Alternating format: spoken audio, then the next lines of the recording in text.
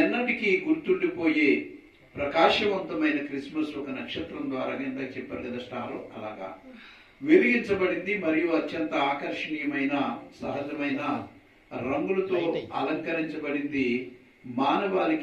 మానవాళంతటికీ గొప్ప బహుమతిని, నిజమైన శాశ్వతమైన ప్రేమను ఇచ్చింది అని టోనీ సోలెన్సన్ అనేటువంటి ఒక భక్తురాలు చెప్పినటువంటి మాట. దేవుని బిడ్డలారా, సర్వలోక ప్రజాసంఖ్య కాలమందు సర్వలోక రక్షకుడు పుట్టుట అనున్నది వినసొంపుగా ఉన్నదని మరలా దేవదాసయ్య గారు చెప్పడం జరిగింది.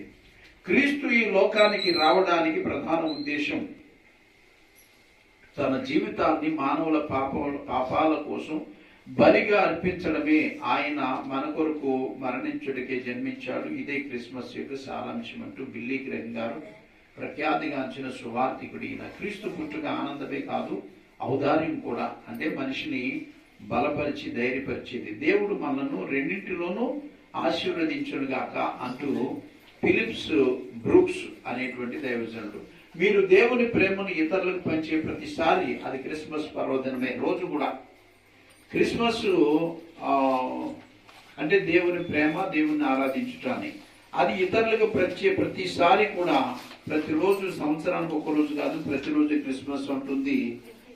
మన తల్లి మదర్ తెరిసా గారు, క్రీస్తు ఎవరిలోనైనా, మీరు సరిగా వింటే నేను చెప్పడం ముగించడం జరుగుతుంది. క్రీస్తు ఎవరిలోనైనా జన్మించినట్లయితే అతని హృదయం గొప్పగా మారుతుంది. ఆ మనస్సు ఇతరుల గురించి ముందుగా ఆలోచించి సహాయం చేస్తుంది అంటూ జార్జ్ మాథ్యూస్ ఆడమ్స్ అనేటువంటి ఆయన.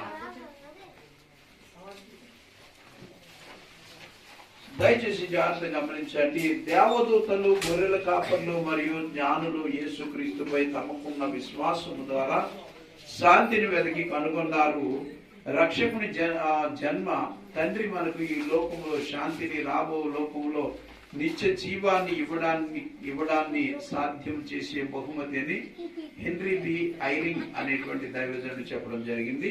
గొప్ప బహుమతి ఏంటంటే దేవుడు తన ఏకైక కుమారుని ఇచ్చాడు. ఆయనను విశ్వసించడం తప్పక అవసరము. ఆ విశ్వాసమే మీకు నిత్య జీవాన్ని ఇస్తుందని కోరిటెన్ టోన్ బూమ్ అనేటువంటి ఒక క్రైస్తవ స్త్రీ చెప్పింది.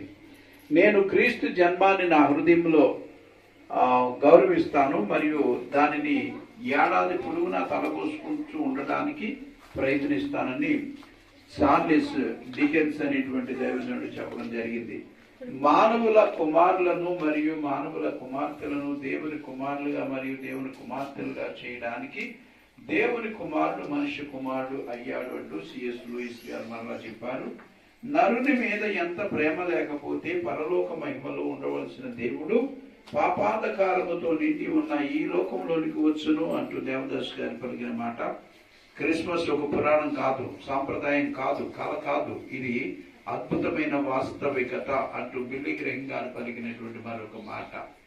ఇంకా భక్తులు ఏమన్నారంటే, దేవుడు దేవుడిగా ఉంటూనే మానవుడిగా మారాడు. దానికి కారణం మళ్ళీ మానవులతో కలిసి సంతోషంగా ఉండేది. కానీ జార్జ్ విట్ఫీల్డ్ అనేటువంటి దైవ భక్తుడు క్రిస్మస్ సందేశం ఏంటంటే, నశించిన మానవునికి నిరీక్షణ, క్షమాపణ, దేవునితో సమాధానం లభించింది. కారణం దేవుని చిత్తానికి లోబడిన యేసయ్య విధేయుడు కావటమే. ఇక్కడ జేఎఫ్ యాకర్ అనేటువంటి, అది ఒక్కరోజుకు పరిమితం కాదు, అది నేర్పిన విషయాలు ప్రేమించడం, పంచుకోవడం, ఇవ్వడం వంటివి మనం ఎప్పుడు మర్చిపోకూడదని నార్మన్ వెస్లీ బ్రూక్స్ అనేటువంటి దైవజనులు, బహుమతులు ఇవ్వడం అనేది మనిషి కనిపెట్టినది కాదు, దేవుడు తానే వ్యక్తపరచలేని మరియు వివరింపచాలని బహుమతి అయిన తన కుమారుడిని బహుమతిగా ఇవ్వడం ద్వారా దేవుడు ప్రజెంటేషన్ చేశాడంటూ రాబర్ట్ ఫ్లోట్ అనేటువంటి ఆయన చెప్పడం జరిగింది. ఇవి మీకు కొంచెం అర్థం కావడానికి కొంచెం కష్టం కావచ్చు, కానీ ఈ భక్తులు తమ అనుభూతుల్లోంచి క్రిస్మస్ మనకు ఏమై ఉన్నది, క్రిస్మస్ మనకు ఏమి నేర్పుతుంది, క్రిస్మస్ మనం దాని నుంచి మనం ఏం నేర్చుకుంటున్నాము, ప్రజలకు మనకు అందుబాటులో ఉన్నటువంటి వారికి ఏమైనా మనం చేయగలుగుతామా, ఇవ్వడం అనేటువంటిది అలవాటు చేసేది క్రిస్మస్. దేవుడే తన కుమారుని ఇచ్చాడు లోకాన్ని రక్షించడానికి, మనుషుల పాపాలను మోయడానికి లోక పాపములు మోసుకుని పోవు దేవుని గొర్రె పిల్లగా ప్రభు అవతరించడము జరిగినది.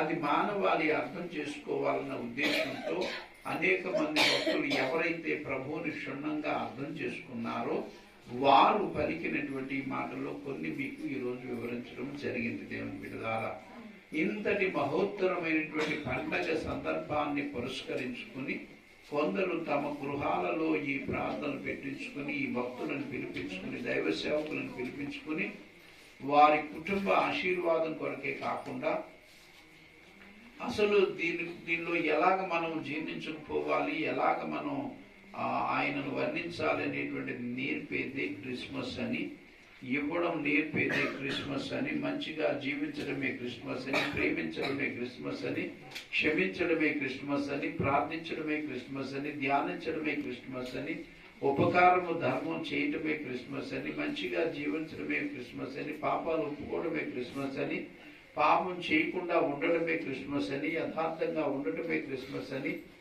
ఇలాగ అనేక అంశాలను ఇక్కడ మనం క్రోడీకరించుకుంటూ క్రిస్మస్ అంటే ఇది, క్రిస్మస్ అంటే ఇది, క్రిస్మస్ ఆడంబరాలు చేసుకోవడం కాదు, లేకపోతే మనకిష్టమైన వాళ్ళని మాత్రమే ప్రేమించడం కాదు, దేవునిని ప్రేమించడం ఒకటే కాదు, మనకి ఇష్టం లేని వారిని కూడా ప్రేమించగలిగేలా చేసేది క్రిస్మస్. క్రిస్మస్ యొక్క ఆరాధన.